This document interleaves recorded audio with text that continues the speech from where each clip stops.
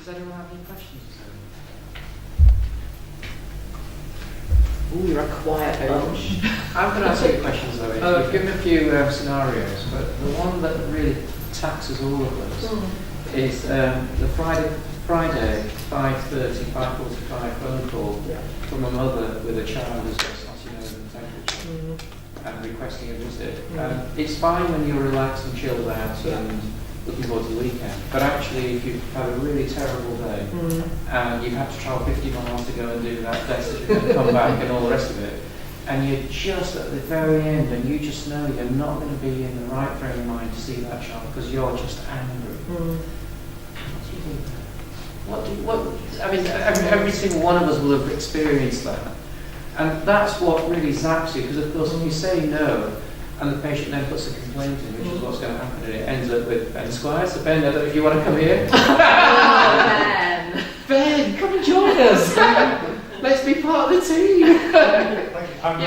I'm not sure what the answer is either. So. No, yeah. Well, it's a real problem, isn't it? And the complaint comes to NHS England, and then someone from your office rings up to say, is this true? Did this happen?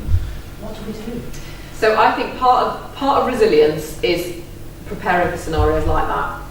And part of managing the rest of your day and not doing things like the funeral home thing and saying no to some of that work is because when that comes in, if I didn't see that child, I wouldn't sleep. I would worry for the whole weekend. A, I'd feel guilty. B, I'd worry about complaint. And C, I'd worry that they ended up with sepsis. And probably that's not going to happen. But we've all seen the headlines, haven't we, about that poor GP in Wales and a child turned up and they were having an asthma attack and they were late for the appointment and they went away and they died. And none of us wants to do that. So you are always going to get those scenarios where actually you have to go, do you know what, I'm just going to have to take this on the chin. I'm going to have to be late home, I'm going to have to put everything to one side, I'm going to have to see this patient.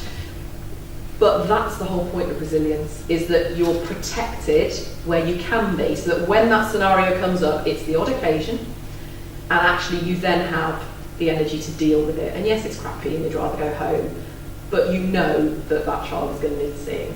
I would spend a lot of time persuading them to get a taxi down to the surgery, but personally I would never refuse to see them.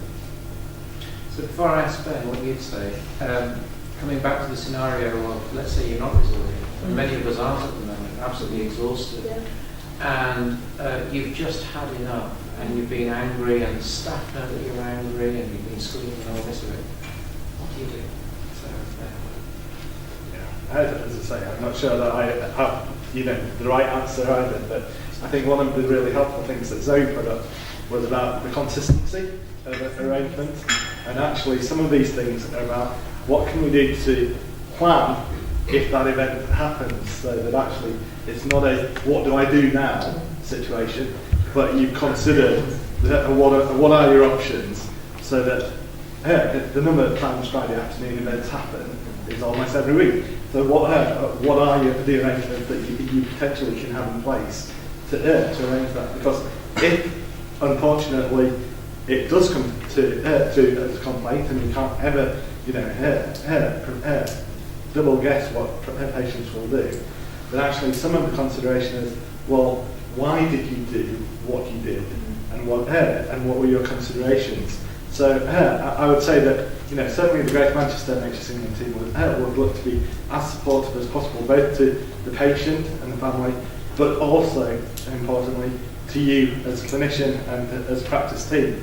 And so it's about seeking to understand your position as much as understand the experience and the patient. So in considering beforehand, what can we do to put arrangements in place so that we know, so it's not I'm really tired, what on earth do I do, but actually there's arrangements there. That will really help you in your personal resilience. It will help give clarity of expectation to the family, and if it does unfortunately come through the other end of the system, it will really help in supporting a positive outcome of what could be a very negative experience for complaint. And I think you can't put too much emphasis on 5 minutes, within a day. And we all try and do our mindfulness, don't we? And we try and be positive and things. But actually, just recognising in yourself how tired you are. And the challenge is we haven't got any headspace. None of us have got time to sit down with our partners over a leisurely break in the middle of, you know, our day and say, what can we do to reduce our workload? Because we're working. So it's very challenging, and I'm not saying it's easy, but knowing actually if there was one thing you could change in your working day, one thing that just makes your heart sink, whether it's 1 million scans or blood results coming in or people knocking on the door, or just not having 15 minutes in the day, you know, it's nothing to be able to do that and to protect yourself. And it may be that in that scenario you go, right, yes, fine, I'll come out and see you, we can't get you here for whatever reason, great, I'm going to be 20 minutes, because actually, before I do go, I need to look at what else I've got, I need to prioritise, and you have your contingency plan for actually if the doctor on Friday gets called out, what can wait, what could be left, and we have to accept that sometimes we should be good enough doctors. 7 out of 10 is fine, we don't have to be perfect all the time. And I'm just going to bring a couple of other people in. So, from a pharmacist's perspective, do you want to just come along and... Because there's something about, yes, there's a doctor, you're stressed, but there's a wider team out there. So, what's your sort of thing? Do you want to introduce yourself? So my name's Adam. I'm the Chief Exec of the LPC in Greater Manchester.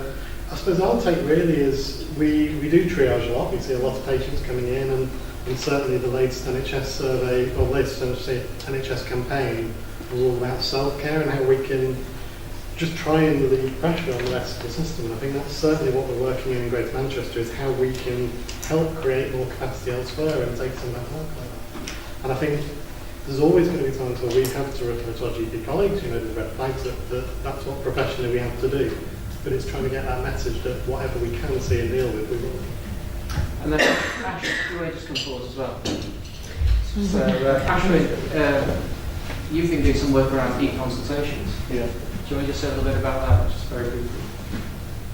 I think that we started looking into e-consultation as one of the things we're trying to do is looking as to how we can manage the workflow that is coming through, and at the same time the calls, the number of call hangings that were happening.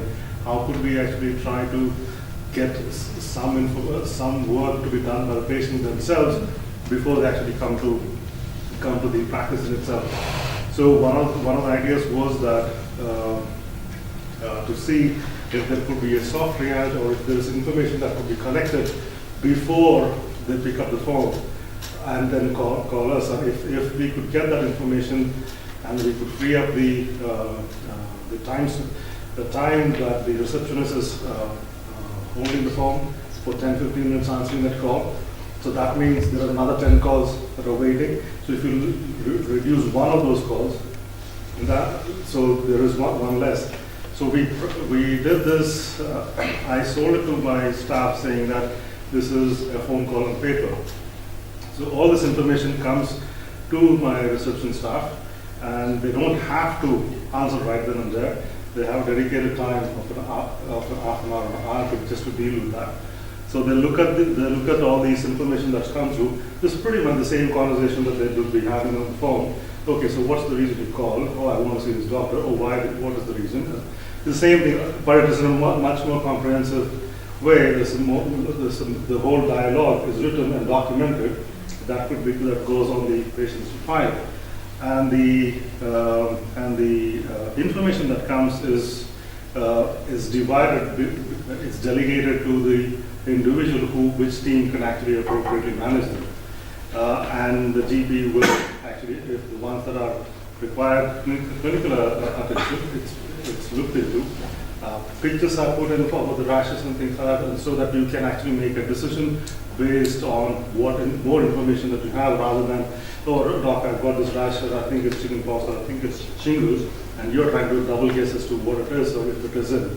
So this was just one of the ways that we thought how we could look after ourselves to try to make sure the patients also receive a feedback or a call or an appointment based on what information it is. So it helps them, it helps us reduce a few phone calls, I wouldn't say massive amount of phone calls, and the same number of patients who would have come to face-to-face consultation.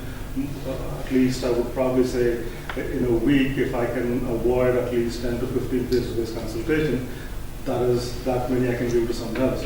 So this is one thing. This was one of the reasons why we Thank you. Thank you very much. Thanks, everyone. Any other questions for Zoe? Let's go.